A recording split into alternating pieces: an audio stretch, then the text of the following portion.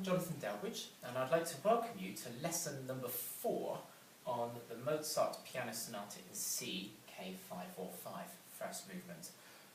We're filming this in JD Music Services, which is my piano teaching studio based in South Somerset.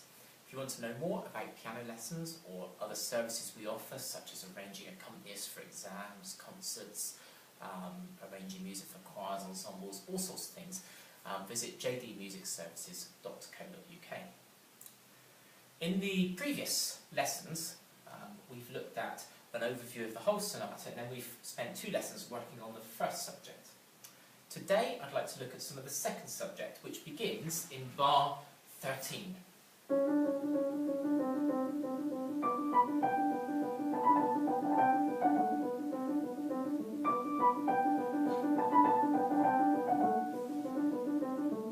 And so on.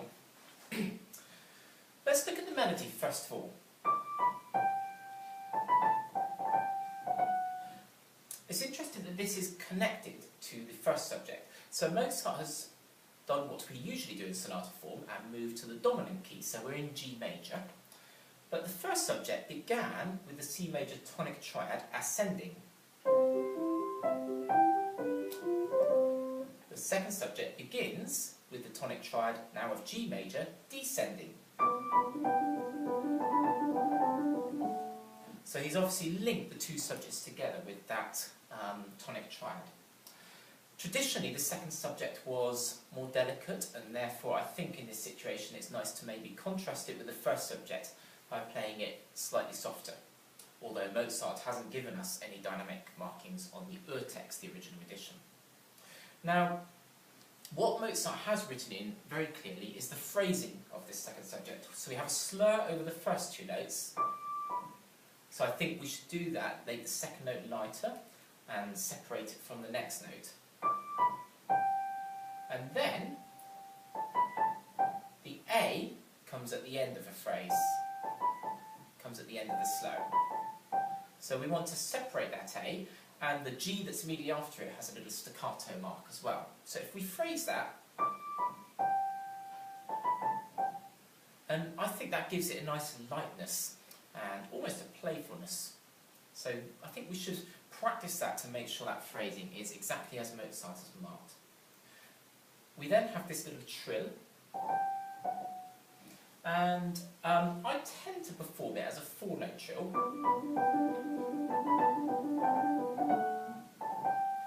Starting on the upper note. I guess you could also perform it as a 3-note, starting on the main note. Whichever one you prefer, I think. I think both can work in this situation. I think with these trills, it's often a case of trying different things, finding what works best, but also perhaps in your mind kind of singing it, because really they're just little decorations of the melodic line, and they certainly should never detract from the lovely melodic line. So basically we want to be very careful with the phrasing of that melody and make sure we do that as Mozart has marked. It's interesting that he then repeats that melody, and you might think about varying it by making it softer or slightly louder the second time, although there is evidence from things that Mozart, from letters and various things, that he wasn't all that keen on changing dynamics all the time on echoes. So that's up to you really, whether you change it very slightly the second time or keep it more or less the same. The left hand has this accompaniment pattern. And we need to make sure that is very soft. That needs to accompany this melody in the right hand, so it needs to be softer. Not easy to play and get it soft and even, so you might need to do a little bit of work on that, just playing the left hand by itself, perhaps starting off slowly. I would suggest a little emphasis just at the beginning of each group.